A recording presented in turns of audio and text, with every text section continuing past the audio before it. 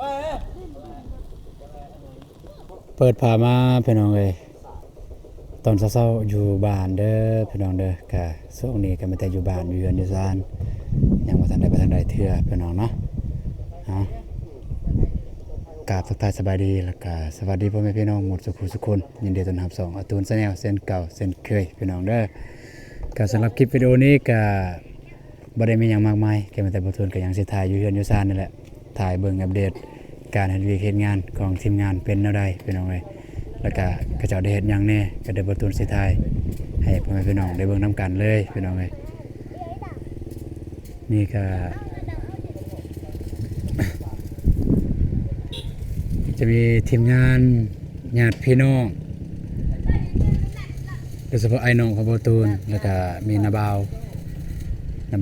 2คนมาซอยมื้อนี้พุ่นคนหนึงก็จอดเหล็กอยู่เทิงพุ่นแหละพุ่น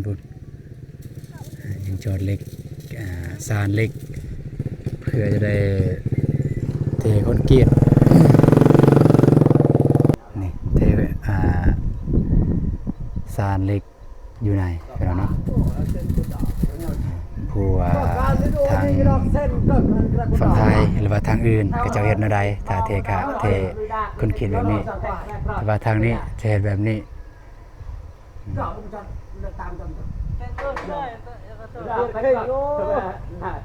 ออกไปในพี่น้องเลยเมื่อคืนเนี่ยมัน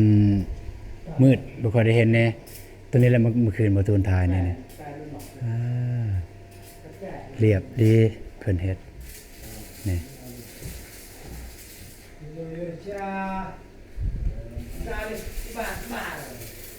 ประมาณนี้พี่น้องเนาะเมื่อคืนนี่บ่อยากเห็นปานใด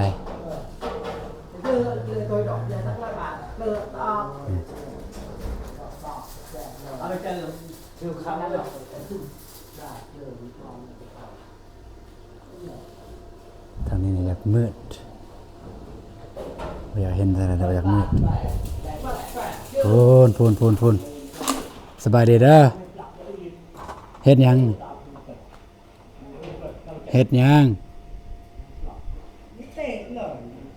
โอ้ดุเนาะเจ้าว่าใส่ดินใส่กระสอบพันดุฮะเจ้าหรือแม่โอ้ยนี่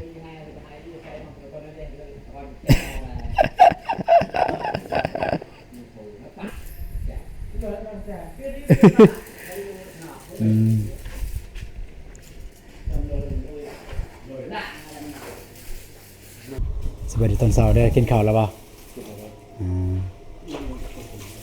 ทางสร้างอันนี้มันสร้างไปหน่อยสร้างม้วนพุทธเฮ็ดเมื่อคืนนี่แหละอยู่นี่พุทธเฮ็ดโอ้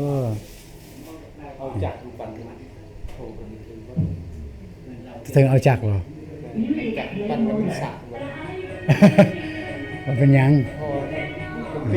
มันเป็นยังตอนนั้นมันจะได้มันก็ปิดอยู่แล้วถ้าตีเพดานมันก็บ่เห็นแล้วหรือว่าบัดแห้งเสร็จก็ออก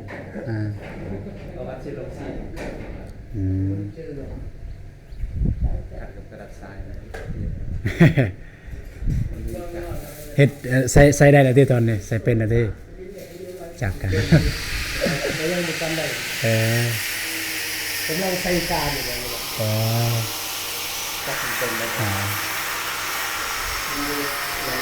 มันก็เรียบแล้วเนาะจะเลื่อนเยอะเพราะว่าถ้าเราเป็นมันคืองามกว่านี้นี่เอามือ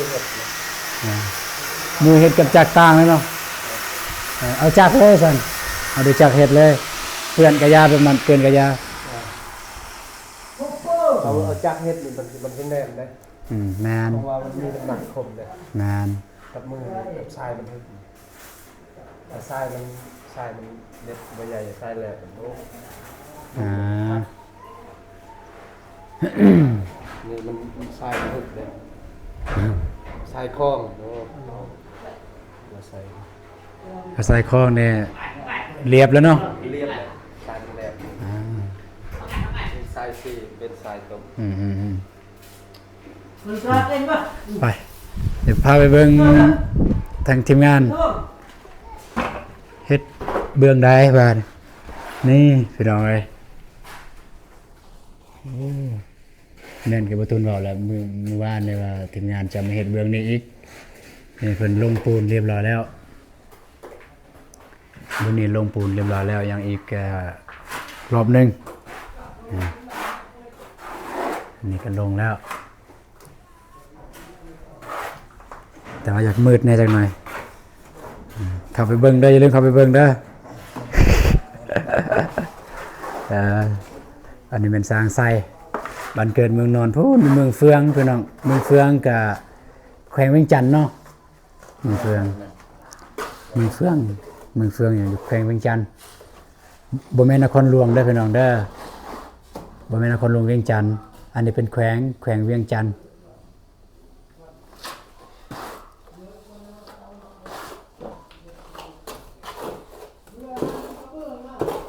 ลูกนาสำนีมันยังทำเต็มสมกบเพราะมันหนา มันหน้าเด้ ทางนอกผมไม่ได้ใจแล้วเป็น จะได้ทางนอกคันจะได้มันหน้าเอาใส่วงกบบ่ถึก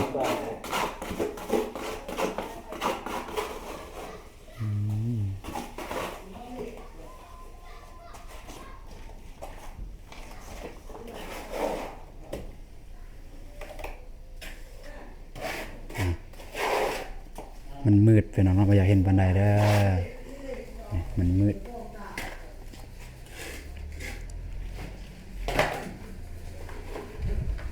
คาดว่าเนี่ยมื้อนี้เนี่ยมันแล้วสำหรับเฮือนครัวเบิ่งนี้น่าจะแล้วเยอะเฮือนครัวในมื้อนี้แล้ว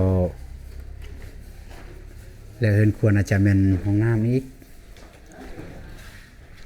ห้องน้ำนี่ทีมงานจะบวกตั้งแต่นี้ประมาณนี้พี่น้องเนาะประมาณนี้ขึ้นเทิงลงลุ่มนี่เพราะว่าบางเทื่อว่าตีกะโลได้ตีกะโลห้องน้ำมันตีฮอดนี้ตีเพียงนี้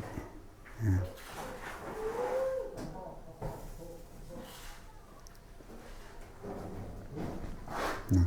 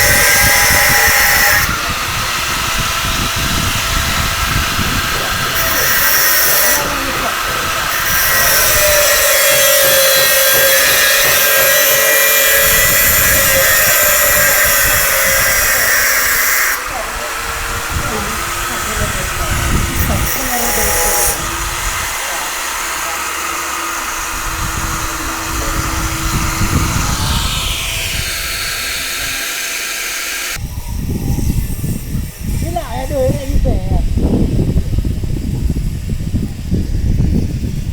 ยังจอดเล็กเดียวอันนี้จะลายเป็นไอซูมันจะตัดตัวนี้ตัวเดินมาปีกนี่ตัดให้มันเสมอกับตัวนี้เสมอกับดินจีนี่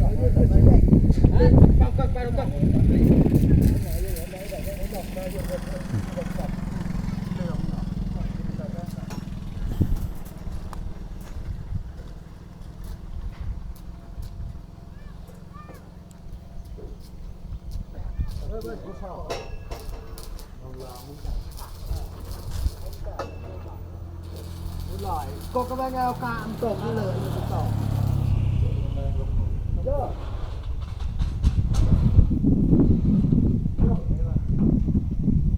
เลือดต่อไม่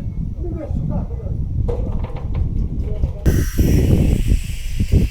ได้เลือดว่า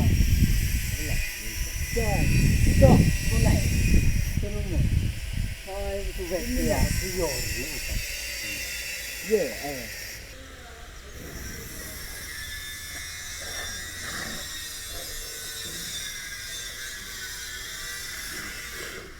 คิดว่าแล้วบ่มือนี้สำหรับเพื่อนครัวบ่แล้วครับ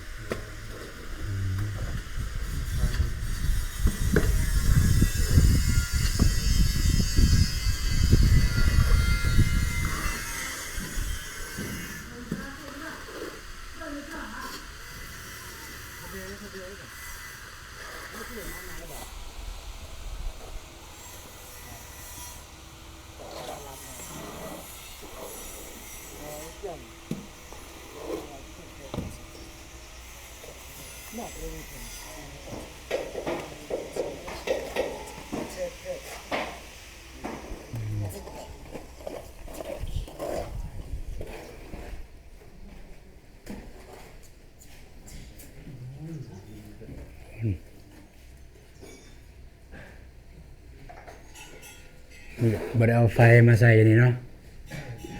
อยากมืดได้บ่อยากเห็นปานใดอืมนี่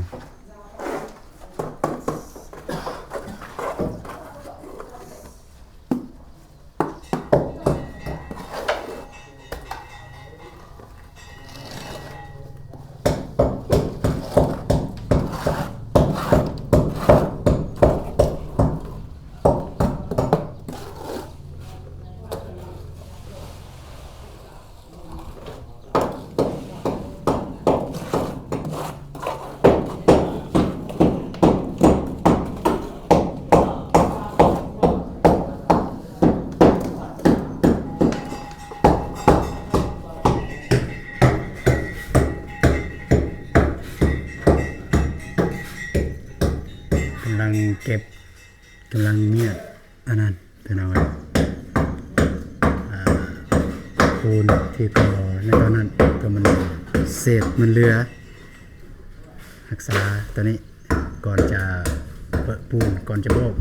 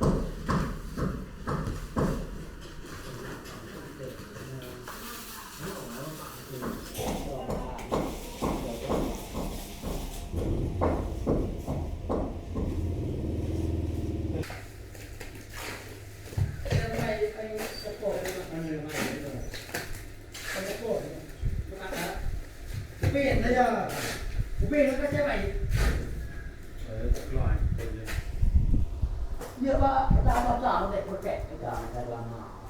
เยอะก็ได้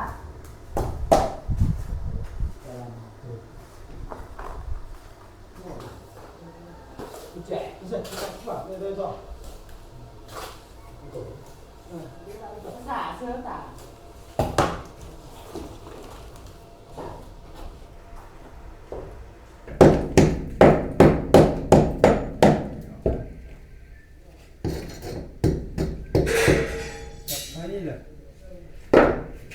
บ่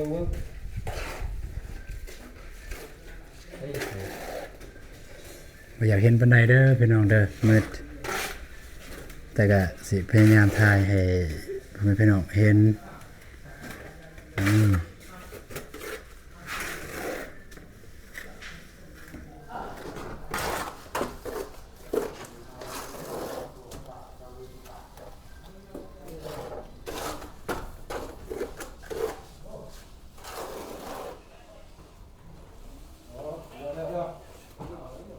ไปฮัลโหล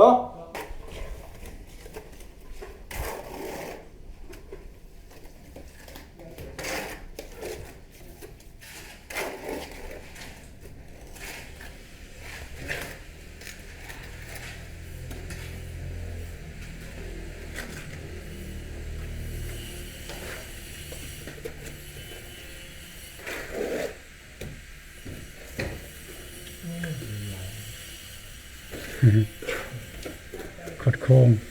อยู่ในคดโค้ง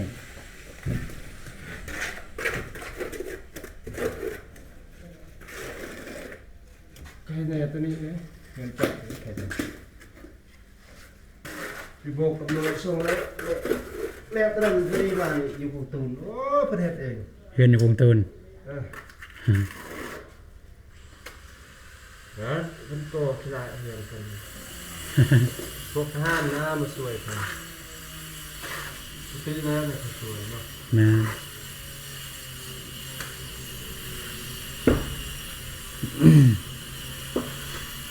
ปุ่งอย่างนี้ทุก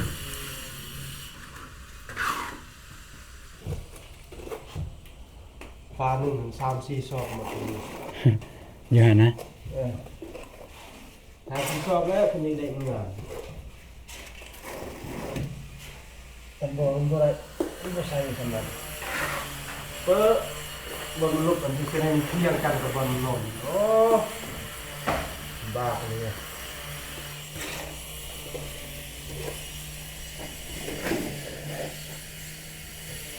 นี่แหละที่ตั้งเป็นวิธี อันนี้มันใส่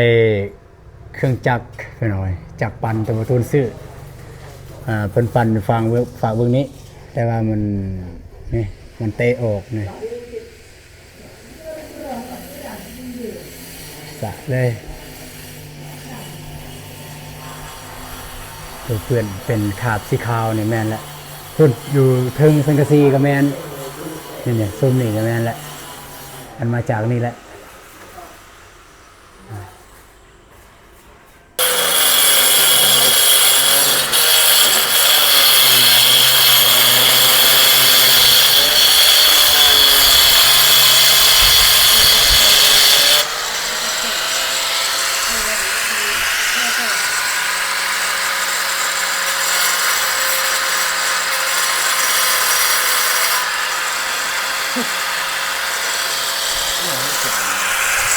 อยู่ประมาณเลยนะจ๊ะ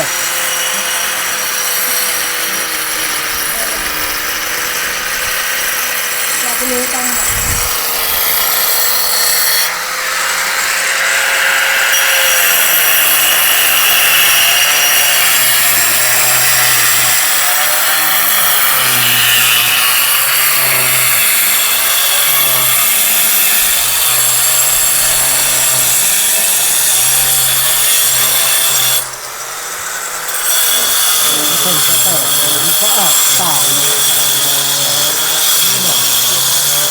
ตรงนี้จะต่อ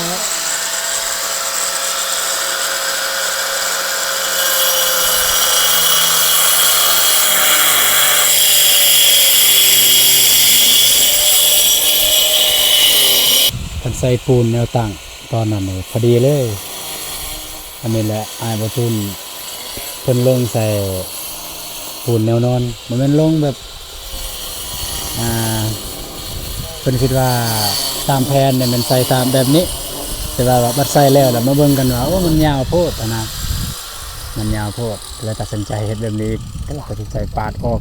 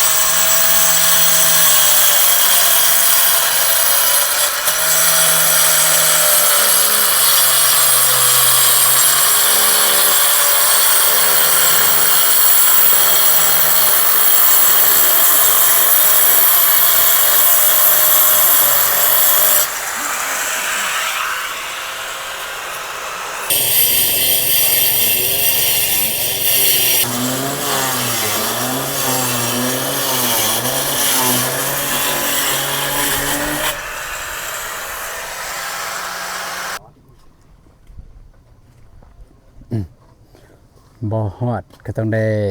ไปเร็วจังนี่บ่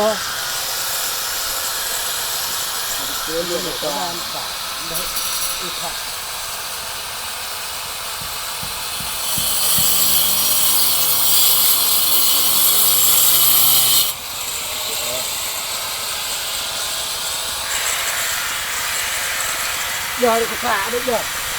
con này thế đây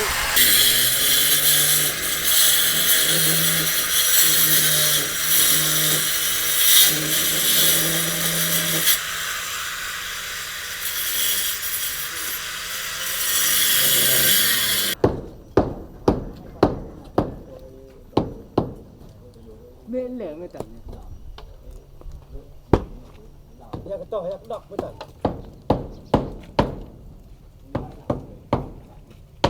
đọc cái đó lại mới đi cái đi dạng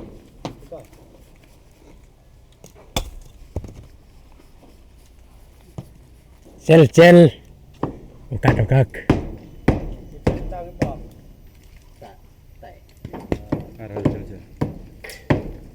kele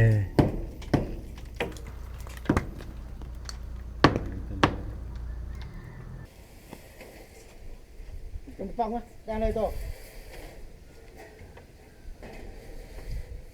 giờ lò hay ô cặt mà có mới lọt được không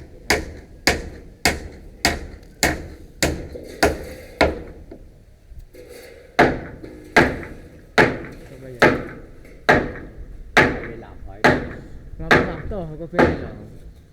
có perlah to kita chơi cái đấy tắt lời tắt vào rồi lời cặp cái thứ hôn nữ rõ mình tắt tay này cái tay na lọc vào đây cái phôi tay cả rồi dùng na tình cảm mà cái lời cặp mình như cái đàn người ta sẽ lời mẹ gì ở một cái này to mẹ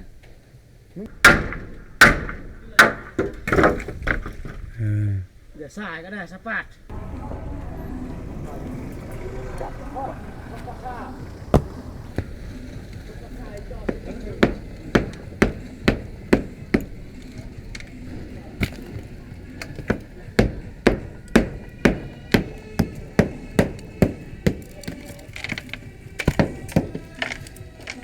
บาทนี้ก็นี่สำคัญบาทนี่พี่น้องนี่ปีกตัวนี้นี่ปีกนี่สำคัญกับตัวนี้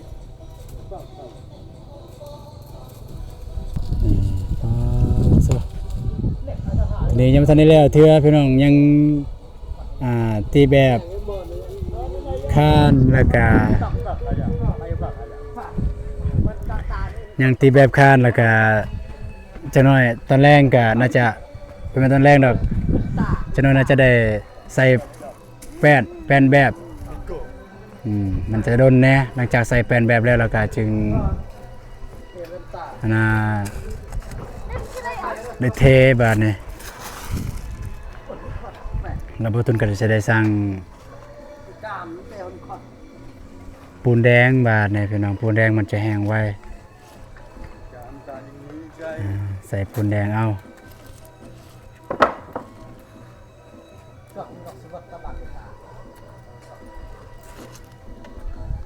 ไปพี่น้องก็สำหรับคลิปนี้มาตุนก็จะได้จบคลิปเพียงเท่านี้ก่อนพี่น้องก็บ่ได้มีหยังมากมายมาตุนก็มาอัปเดตให้พี่ให้น้องเบิ่งตามนี้แหละตามที่มาตุนได้ถ่ายพ่อแม่น้องให้พ่อแม่พี่น้องได้เบิ่งก็คือตอนเช้ามื้อนี้เนี่ยแม่นทางทีมงานญาติพี่น้องแม่นมาเฮ็ดกันศาสตร์คือเก่าพี่น้อง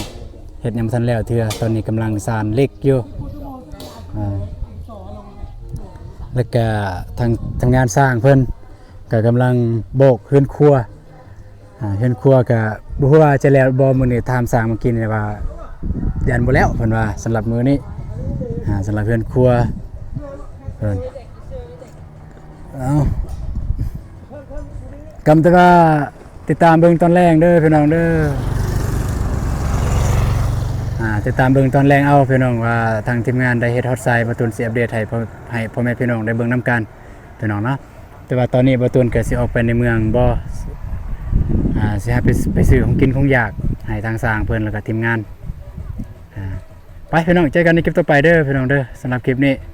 ขอตัวลาไปก่อนสบายดีเด้อพี่น้องเด้อ